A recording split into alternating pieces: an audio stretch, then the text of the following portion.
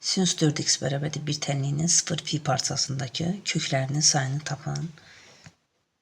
Sinüs 4x bərabərdir 1.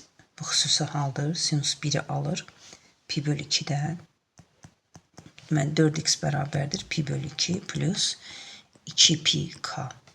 Hər tərəfi 4'ə bölsək x bərabərdir pi bölü 8 plus pi k bölünsün 4. Pi k bölünsün 2. Pi bölü 8.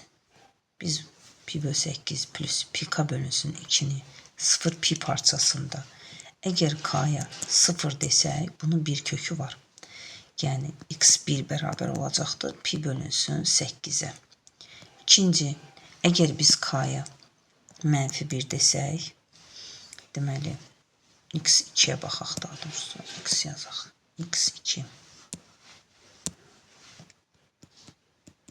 x2 bərabərdir.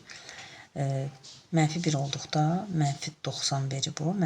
Yəni pi bölü 2 və pi bölü 8 də çıxsaq oradan deməli -pi bölünsün 2 üstə gəlsin pi bölü 8 4'ə vursaq -3 pi bölünsün 8 bu aralığa düşmür. Çünki 0'dan kiçik alınır və deməli k -1 olduqda bunun həlli bu aralığa düşən heç bir kökü yoxdur. K bərabərdir 1 olduqda baxaq. K bərabərdir 1 olduqda pi bölü 2 plus pi bölü 8 deməli alınır 5 pi bölünsün 8. Bəli 5 pi bölü 8 pi'dən kiçik ədəddir. Olar.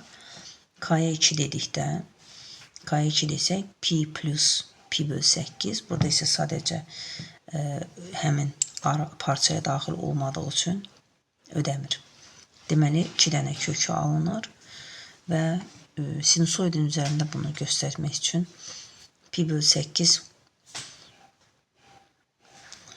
təxmini burada belə bir düz xətt çəksək, bunu qırmızı ilə çəkək və 0 pi parçasında bunu sadəcə 2 nöqtədə yəni kəsişdiyini görürük. Deməli 2 dənə kökü var 0 pi parçasında.